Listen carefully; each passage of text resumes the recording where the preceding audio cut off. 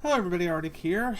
The Flash. The Flash is the fastest known character, the fastest speedster in comics. He is by far possibly the fastest fictional character, just by the rules of his existence. But while the Flash literally has a loophole built into him that prevents physics from getting in his way, this is called the Speed Force. And if that was not the case, well, there'd be a lot of issues. Now, unfortunately, I cannot calculate the Flash's actual top speeds and stuff that would happen at those due to the fact that the Speed Force cancels out the laws of physics and lets him go beyond light speed. And unfortunately, math kind of breaks down when you go above light speed. It just doesn't work as well. It's hard to deal with. Science just kind of dictates that, you don't do calculations above that. I know that Austin from The Science covered it, and when he did the calculations, it's had time going the opposite direction. So, yeah.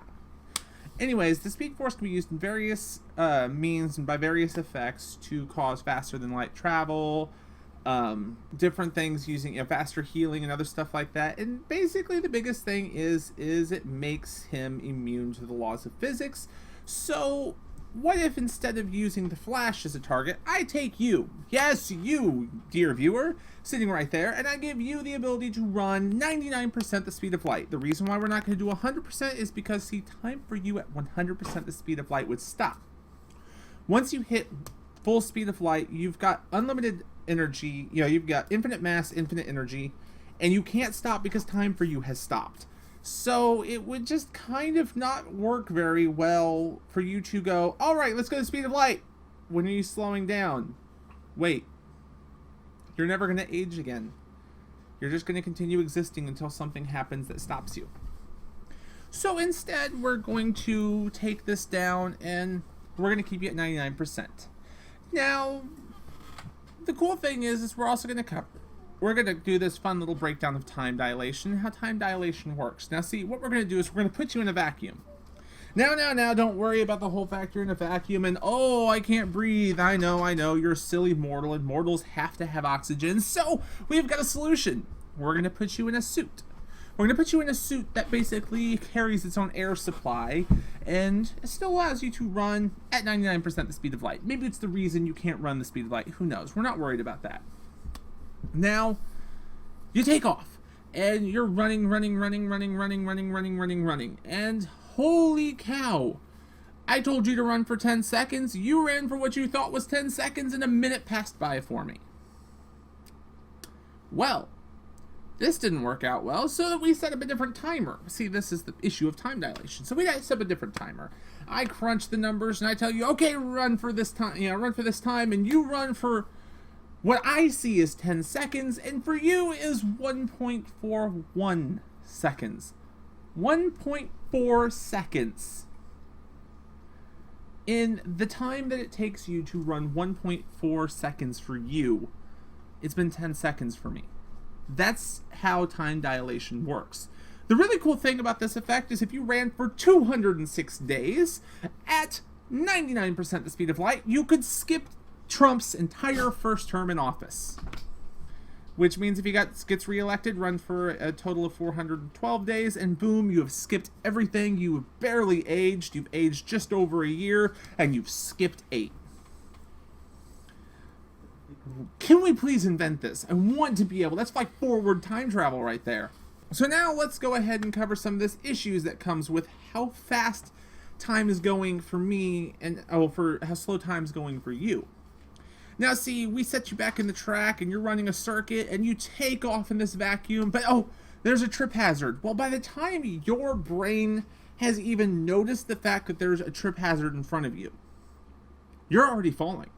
You're already tumbling. You're already rolling.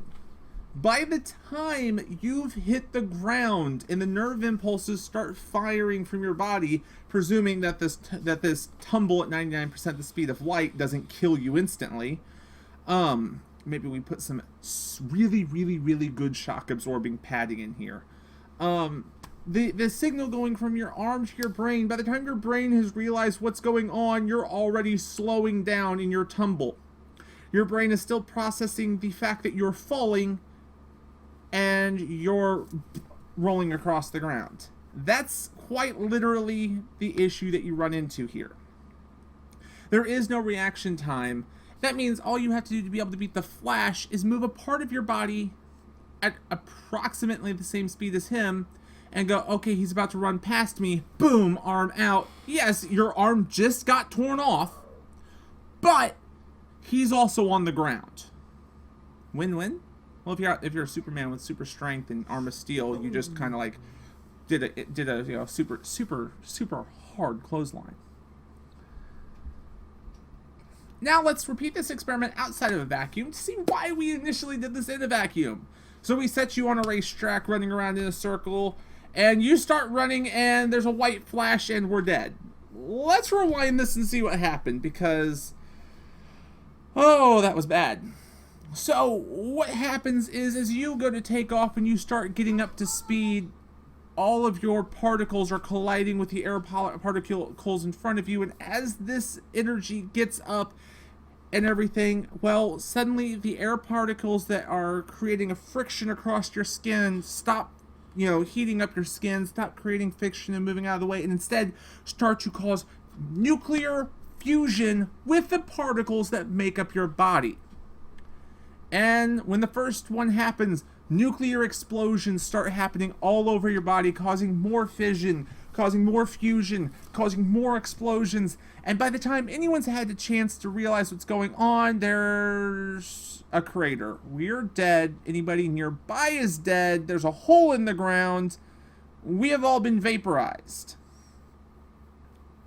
The plus side is you didn't break the laws of physics. All right, so we calculated this. We knew this was going to happen. We managed to keep you slow.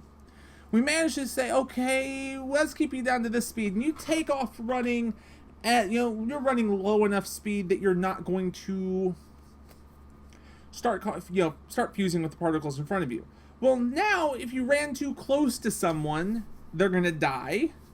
You're creating enough drag force to start pulling things around. People will be able to see where you're coming from, where you're going, everything, just by looking at this ripple shockwave cutting across the world. So we know what's going to happen if you run below what would be considered fusion speeds. Yeah. And if you really want to see a good discussion on this, you can look up Vsauce 3 did a video on this. Having to do with Quicksilver and what would happen if Quicksilver ran past you. It's a really good video. But yeah, when you think about how fast the Flash can go and how fast you'd be able to go moving his speed, you're going to cause much more destruction than Quicksilver. So let's just say that, maybe super speed should be left to those who can access the Speed Force, rule out all these things, create a protective shockwave around themselves, ignore physics, not cause fission with every particle that runs into them, and just all in all, don't kill everyone by existing. But yeah, this has been kind of cool. I really like The Flash, and I really enjoy talking about scientific stuff on this. If you have a suggestion for any topics in the future, feel free to put them down in the comments down below. I think next week, unless I get sidetracked, I'm planning on doing wormholes and Portal, because that is a fun topic. So anyways, thank you all so much for watching this. If you like this, hit that like button. If you're new here, hit that subscribe button. Every Saturday we've got at least something fun coming up. We got other videos throughout the week, so you might want to be subscribed just to see those, those live streams, those let's plays, and everything else that churns up. And come back Saturday for something more fun. Until next time, you guys have fun. I'll see you later. Bye guys.